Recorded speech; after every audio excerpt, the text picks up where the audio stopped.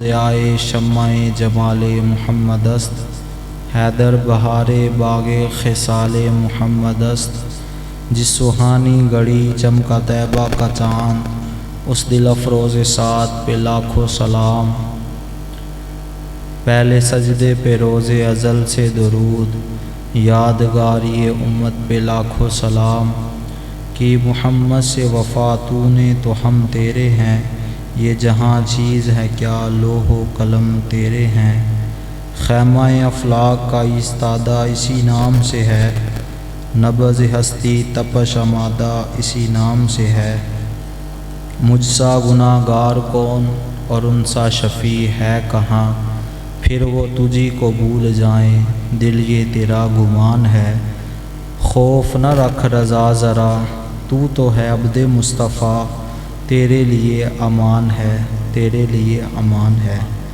حمد و صلوات کے بعد نہایت ہی واجب الاحترام حاضرین و سامعین اکرام، بالخصوص پیر طریقت رہبر شریعت حضرت علامہ مولانا محمد اشرف القادری دامت برکاتہم العالیہ، اور نہایت ہی معزز و محتشم حضرت محمد اعجاز قادری زیدہ مجدہ، محمد ناصر قادری زیدہ مجدہ، اور اس مسجد کے امام و خطیب حضرت علامہ مولانا عباس قادری رضوی صاحب، حضرت اوپر تشریف لے آئیں، آ جائیں آپ اوپر، زیدہ مجدہ۔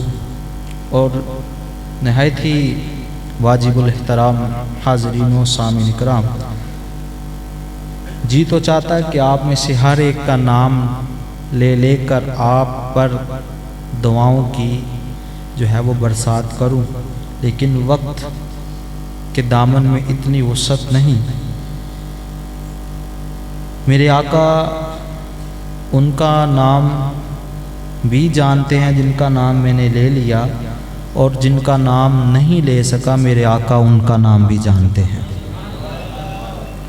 تو آپ کوئی عام محفل میں نہیں بیٹھے، یہ خاص محفل میں تشریف فرما ہیں۔ قرآن مجید فرقان حمید سے جو آیہ مقدسہ کے کلمات طیبات تلاوت کرنے کا شرف حاصل کیا، اس میں اللہ تعالیٰ نے ارشاد فرمایا، یا ایھا الناس، اے لوگو۔ یہاں پر جو یا ہے اس کا استعمال انبیاء کے ساتھ بھی کیا ہے۔ اگر لفظ یا کا استعمال انبیاء کے ساتھ کیا جائے تو اس سے مراد اللہ کا فضل اور اس کا کرم ہے۔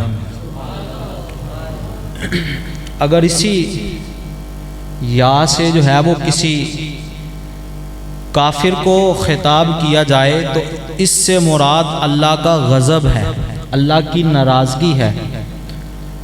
اور اگر یا ایھا الناس یعنی لوگوں سے خطاب کیا جائے تو اس سے مراد جو غفلت میں پڑے ہوئے ہیں ان کو غفلت سے بیدار کرنا ہے۔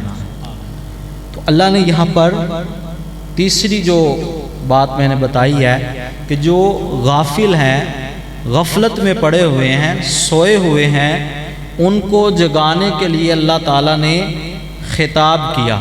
اس میں اس بات کو جو ہے وہ نہیں مد نظر رکھا گیا کہ کوئی مسلمان ہے یا کوئی کافر ہے، کہ کوئی کیسا ہی جو ہے وہ مذہب سے تعلق رکھنے والا ہے، جو انسان ہے وہ اس میں جو ہے وہ شامل ہو گیا۔ اے لوگو اتقو، اللہ سے ڈرو۔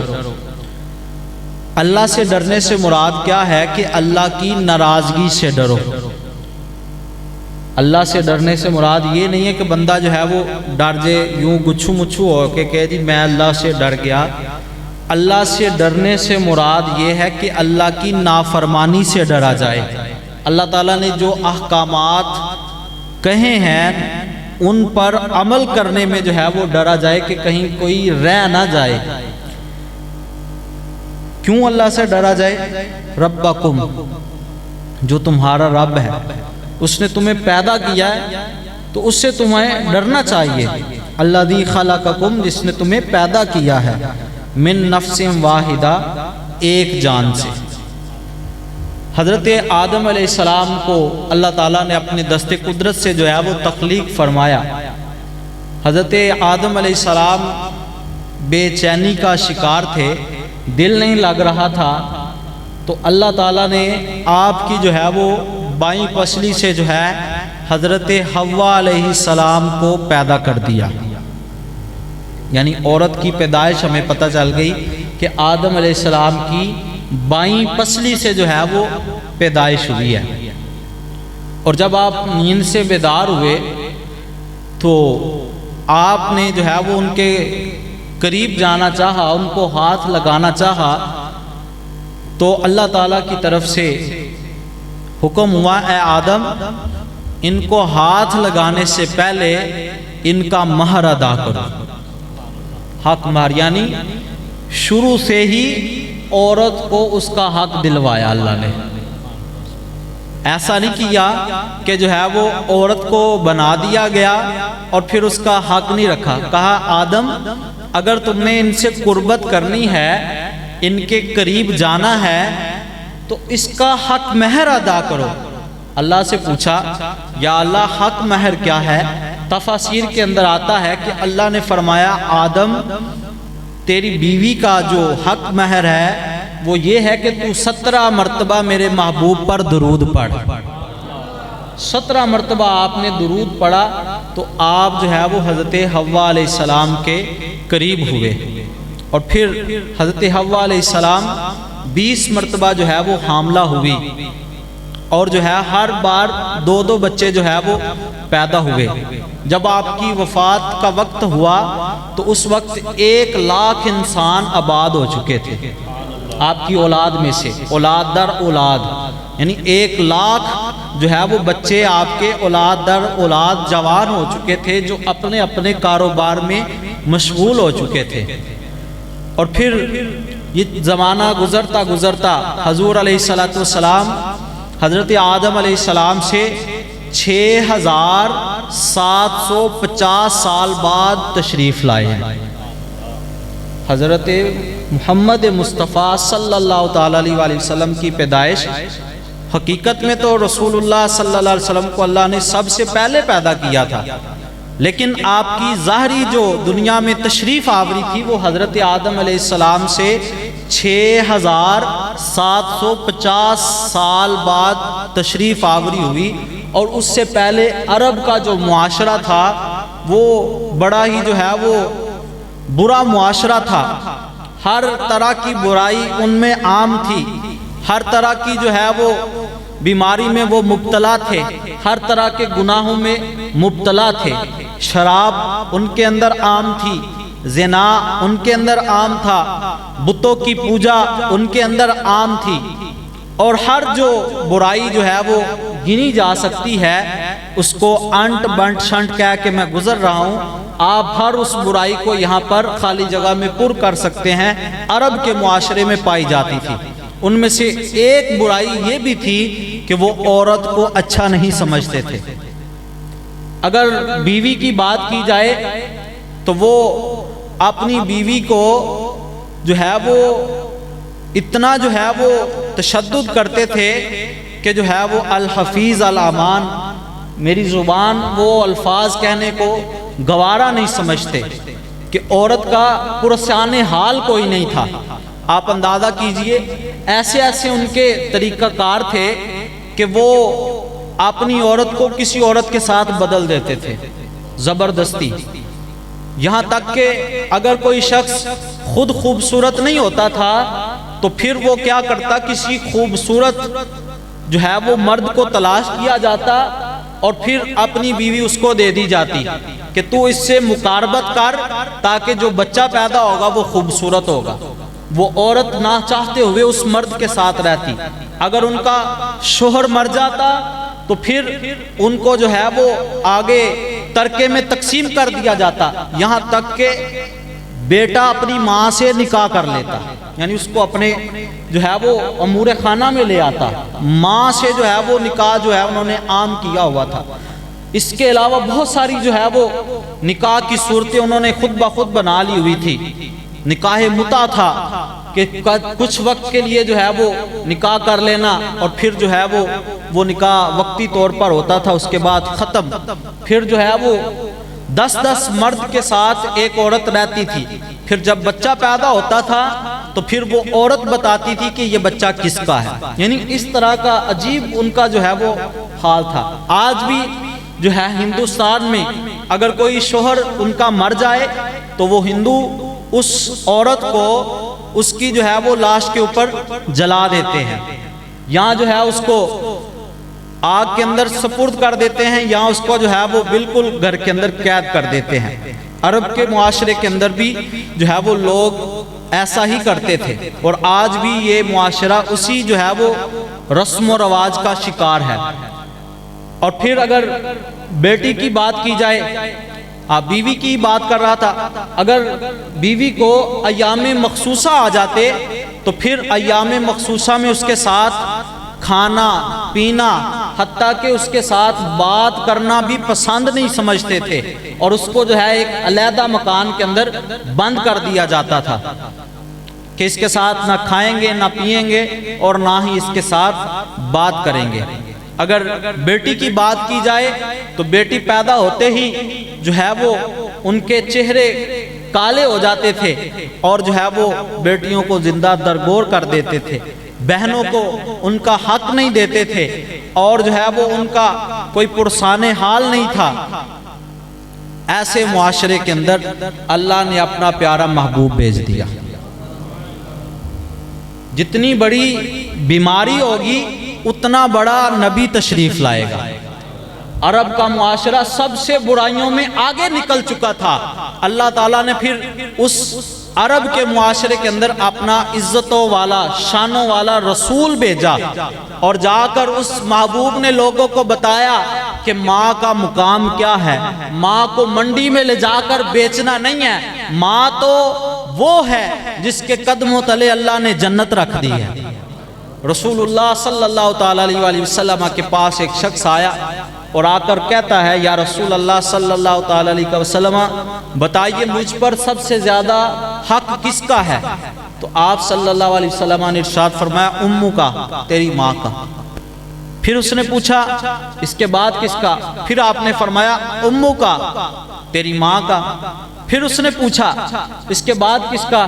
آپ نے پھر فرمایا امو کا، تیری ماں کا. اس نے چوتھی بار پوچھا، اب آپ نے فرمایا ابو کا، تیرے باپ کا تجھ پر حق ہے.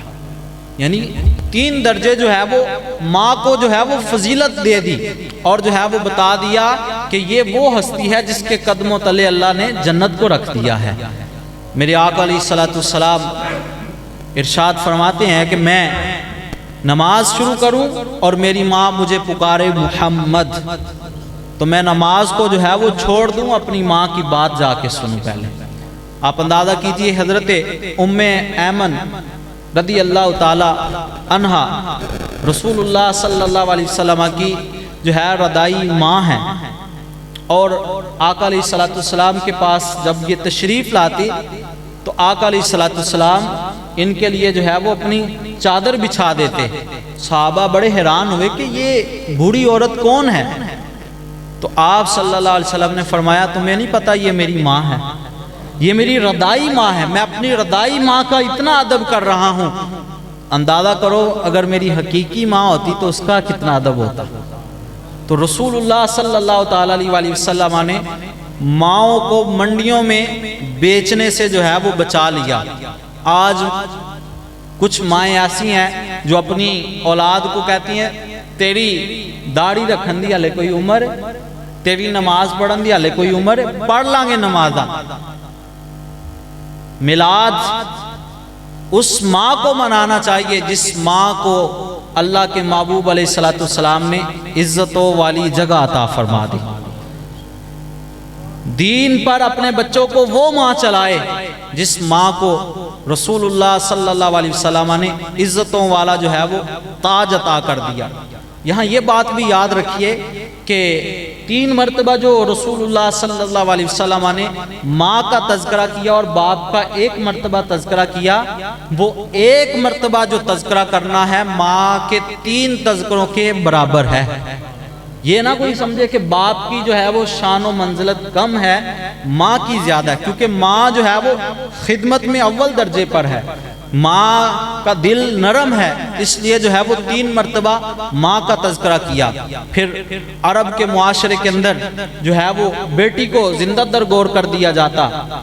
رسول اللہ صلی اللہ تعالیٰ علیہ وسلم نے ارشاد فرمایا، جس کو اللہ تعالیٰ 2 بیٹیاں عطا فرمائے اور وہ ان کی پرورش میں جو ہے وہ کوئی کمی نہ چھوڑے، ان کے کھانے کا، ان کے جو ہے وہ کپڑوں کا اعلیٰ جو ہے وہ بندوبست کرے، کل قیامت کا دن ہوگا، وہ بندہ جنت میں میرے ساتھ ایسے ہوگا جیسے یہ 2 انگلیاں ہیں۔ جو لوگ آج بھی بیٹی کو اپنے اوپر بوجھ سمجھ رہے ہیں، انہیں یہ حدیث سنائیے کہ جو اپنی بیٹی کی پرورش کرے اور ان کو اپنے اوپر بوجھ نہ سمجھے، کل قیامت کے دن جو ہے وہ ایسے شخص رسول اللہ صلی اللہ تعالیٰ علیہ وسلم کے ساتھ جنت میں ایسے داخل ہوگا جیسے یہ 2 انگلیاں ہیں، یعنی بالکل ساتھ۔ اور بیٹی کو بھی جو ہے وہ یہی جو ہے وہ عزت و مقام آقا علیہ الصلوۃ والسلام نے عطا فرمایا کہ جو اپنی بیٹی یا اپنی بہن کو اپنے اوپر بوجھ نہ سمجھے، ان کی خدمت کرے، ان کو اچھا کھلائے، ان کو اچھا جو ہے وہ لباس لے کر دے، اور مناسب رشتہ مل جائے تو ان کی پھر شادی کر دے۔ ان کی یہ خدمت کرنا کل قیامت کے دن جہنم سے جو ہے یہ پردہ بن جائے گا، دوزخ سے جو ہے وہ حجاب ہو جائے گا یہ نیکیاں اس کی۔ تو رسول اللہ صلی اللہ تعالیٰ علیہ وسلم نے زمانے میں تشریف لا کر ماں کو جو ہے وہ جنت کا جو ہے وہ جنت آپ کے قدموں میں رکھ دی، اور باپ کو جو ہے وہ جنت کا دروازہ ٹھہرا دیا۔ لوگ جو ہے وہ اس معاشرے کے اندر باپ کو بھی جو ہے وہ اتنی جو ہے وہ امپورٹنس نہیں دیتے تھے، قدر و منزلت نہیں دیتے تھے۔ جب بوڑھا ہو جاتا تھا تو پھر اسے جو ہے وہ لے جا کر کسی بلند جگہ سے جا کر دھکا دے دیا جاتا تھا تاکہ جو ہے وہ کام ختم ہو جائے۔ ایک شخص اپنے باپ کو جو ہے وہ لے کر گیا اسے جو ہے وہ دھکا دینے کے لیے بلند جگہ سے، تاکہ جو ہے وہ بابا کھانستا بڑا ہے، رات کو نیند نہیں آتی۔ تو اب وہ شخص اپنے بیٹے کو بھی ساتھ لے گیا۔ جب اس کو دھکا دینے لگا نا تو وہ بابا بولتا ہے، کہتا ہے، پترا مینوں ایتھوں دھکا نہ دیں، تھوڑا جا مینوں اگے کر کے دھکا دے، ایتھوں میں اپنے پیو نوں دھکا دیتا سی۔ وہ شخص سمجھ گیا کہ میرے باپ نے اپنے باپ کو دھکا دیا، اور کل جب میں بوڑھا ہو جاؤں گا تو میرا بیٹا مجھے دھکا دے گا، لہذا اس شخص نے اپنے باپ کو لیا اور اپنے گھر لے آیا اور اس کی خدمت کی، اور جو ہے وہ جنت کا وہ مستحق ہو گیا۔ تو برادران اسلام، اللہ رب العالمین نے اس آیت میں یہ ارشاد فرمایا کہ یا ایھا الناس اتقوا ربکم الذی خلقکم من نفس واحدہ، کہ لوگو اللہ سے ڈرو جس نے تمہیں ایک جان سے پیدا کیا، وخلق منھا زوجھا وبث منھما رجالا کثیرا ونساء، اور اسی میں سے پھر جو ہے وہ بہت سارے مرد و عورت کو اللہ تعالیٰ نے جو ہے وہ ان دونوں سے پھیلا دیا۔ تو ہر دور کے اندر جو ہے وہ اسلام کے اندر عورتوں کی اہمیت رہی ہے۔ جناب سیدتنا خدیجہ الکبریٰ رضی اللہ تعالی عنہا رسول اللہ صلی اللہ تعالی علیہ وسلم پر سب سے پہلے ایمان لے کر آئی ہیں۔ اسلام میں سب سے پہلا جو عورتوں میں سے جو ہے وہ ہستی ایمان لے کے آئی وہ حضرت سیدتنا خدیجہ الکبریٰ رضی اللہ تعالی عنہا ہے۔ آپ اندازہ کیجئے میرے آقا علیہ الصلوۃ والسلام نے پھر بیوی کو جو ہے وہ جو مقام و مرتبہ دیا، حضرت سیدہ فاطمہ الزہرا سلام اللہ علیہا کو حضرت خدیجہ الکبریٰ رضی اللہ عنہا نے بھیجا کہ جا کر بابا جان سے چادر لے کے آؤ۔ حضرت سیدتنا فاطمہ الزہرا سلام اللہ علیہا جاتی ہیں اور جا کر کہتی ہیں بابا جان امی جی چادر مانگ رہی ہیں۔ تو میرے آقا علیہ الصلوۃ والسلام نے فرمایا کہ اپنی ماں سے پوچھو چادر کیا کرنی ہے۔